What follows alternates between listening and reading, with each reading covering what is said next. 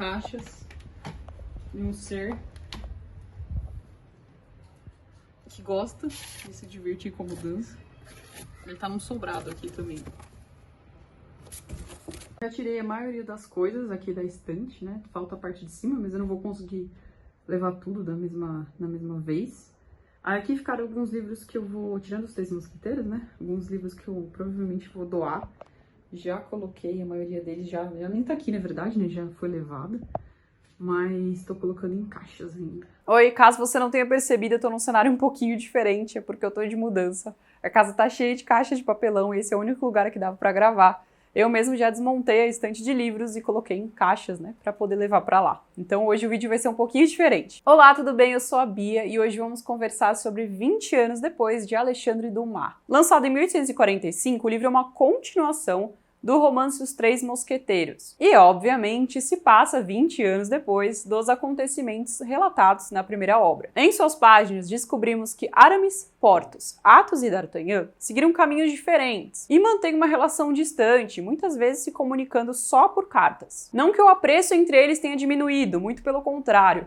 Todos guardam na memória as conquistas que desempenharam juntos, mas não tem muito estímulo ali para continuar essas aventuras. O que muda conforme a situação política da França se torna mais e mais instável, principalmente com as guerras civis. No momento em que D'Artagnan, tenente dos mosqueteiros, recebe uma missão especial da rainha e do cardeal, decide trazer os amigos para lutar ao seu lado. O que o soldado não sabe é que alguns deles já estão extremamente comprometidos com a oposição. Para saber o que acontece quando antigas amizades são confrontadas por visões de mundo diferentes, fica até o fim do vídeo.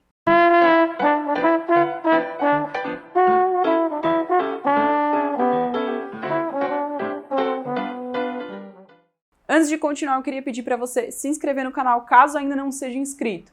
É algo simples e rápido, mas que ajuda muito a compartilhar o conteúdo. Continuando. Como já conversamos no vídeo dos Três Mosqueteiros, 20 anos depois também é um romance histórico. Apesar de muitos personagens terem existido de fato, como o próprio D'Artagnan, e o contexto social ser verdadeiro, existe ali uma licença poética para certo anacronismo, para certo exagero e também até criatividade, né? Tem coisas que o autor inventa, obviamente. Mas nada disso impacta a experiência como leitor. Aliás, as notas de rodapé da edição da Zahar, que foi a que eu li, ajudam muito a elucidar o que aconteceu de fato, o que não foi bem assim. Isso já é bem interessante. Dito isso, vamos ao contexto apresentado. A obra se passa no período da regência, ou seja, tanto o cardeal Richelieu quanto Luís XIII já morreram. Com o filho menor de idade, Ana da Áustria sente que ela precisa de suporte para ser uma boa rainha regente. Assim, acaba caindo na influência do cardeal Mazarino, que se torna ali o seu ministro, seguindo à risca todos os conselhos do homem. Mazarino, por sua vez, é odiado pelo povo. Isso porque nessa fase, a França passava por uma difícil situação financeira, devido a conflitos externos, em especial a Guerra dos 30 Anos. Isso significa que Mazarino precisou cortar gastos e aumentar muito os impostos. O cardeal também perde a sua popularidade quando ele começa a reprimir famílias nobres que conspiram ali contra suas medidas, o que envolve até mesmo prisão, confisco de bens e de títulos. A cada dia que passa, a França se torna mais polarizada entre dois partidos. O do cardeal, que por consequência óbvia envolve a rainha e o rei, e o Partido Popular, chamado La Fronde ou a Fronda, que conta também com o apoio de grandes famílias nobres francesas. É importante ressaltar que, ao menos na obra, as pessoas da Fronda elas não tinham a intenção de destronar a rainha ou o rei, apenas de tirá-la da influência de Mazarino, que era considerado alguém maligno. E falando desse motim específico, porque a Fronda ela envolve várias guerras civis, vários motins. Em meio a tudo isso, D'Artagnan é obrigado a defender o cardeal, já que é um dos mosqueteiros. O Gascão, então, oferece os seus serviços em missões especiais, na troca ali da patente de capitão dos mosqueteiros. Lembrando que, diferente dos seus amigos, de Aramis, Porthos e Athos, esse título, essa mudança, faria diferença na vida dele, que tinha uma origem humilde. Mazarino logo fica sabendo da reputação do D'Artagnan e concede, deseja ali usar os seus serviços. E o que parece uma situação complicada ali, um conflito de interesses, já que o próprio D'Artagnan não morre de amores pelo cardeal, acaba virando uma oportunidade, porque o Gastão vê a chance de lutar de novo junto com os seus amigos, os convidando para participar dessa aventura com ele. E é assim que ele descobre que Athos e Aramis já estão extremamente envolvidos com a oposição, a Fronda. Assim é só questão de tempo, até que ele e Porthos tenham que enfrentar os mais antigos amigos em campo. Novamente, assim como no primeiro livro, Tudo começa com acordos simples que vão se transformando em uma rede de intrigas extremamente complexa, mudando até mesmo a política externa da França. Novos personagens aparecem, tão cativantes quanto os anteriores, e alguns mais misteriosos. O livro é muito engraçado, tem partes em que você simplesmente para e gargalha. O humor do D'Artagnan e de outros personagens também. E é muito intrigante, apesar de ser um calhamaço, não tem aqueles vales, aqueles momentos em que você se arrasta na leitura.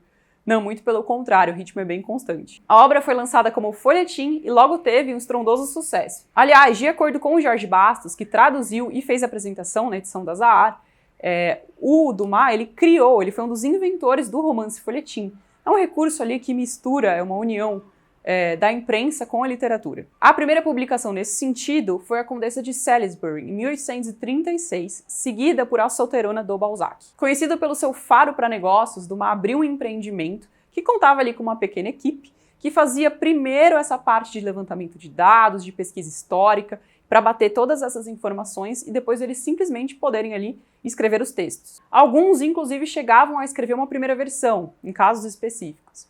O mais famoso desses funcionários foi Auguste Maquet, que participou tanto dos Três Mosqueteiros quanto de 20 anos depois. Graças a essa organização e ao talento do Dumas, eles conseguiram entregar diversas obras, calhamaços, em pouco tempo.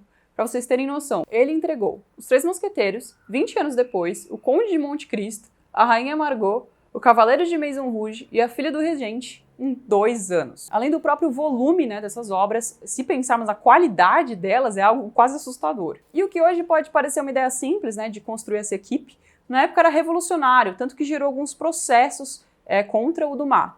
E esses processos, por sua vez, eles renderam a base do que hoje a gente chama dos direitos autorais. Mas apesar do seu jeito para empreender, do seu talento literário, o Dumas vivia uma vida tão prodigiosa que ele gastava mais do que ele ganhava. E ele ganhava muito.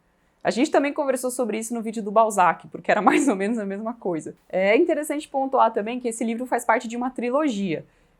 Vai fazer sentido se você ler cada um dos 3 livros separadamente, eles são fechadinhos, mas eles têm também um desenvolvimento dos personagens ao longo do tempo.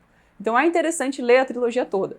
O primeiro é Os Três Mosqueteiros, o segundo 20 anos depois, e o terceiro Visconde de Bragelonne, que a Zahar vai lançar no segundo semestre desse ano. Então, caso você tenha pesquisado recentemente, deve ter percebido que só tem edição muito antiga e geralmente usada. Muitas não estão em boas condições. Então, é uma ótima novidade aí que a Zahar vai lançar esse terceiro volume. Bom, é isso. Comente aqui embaixo caso você já tenha lido o livro ou queira ler O Visconde de Bragelonne. Eu ainda não li o terceiro volume. Então, assim que lançar, eu vou comprar e vou ler com você também. Como sempre, eu deixo os meus links da Amazon aqui embaixo. Caso você queira comprar por eles, você ajuda o canal a se manter, sem pagar nada mais por isso. Assinando o Kindle Unlimited, a mesma coisa.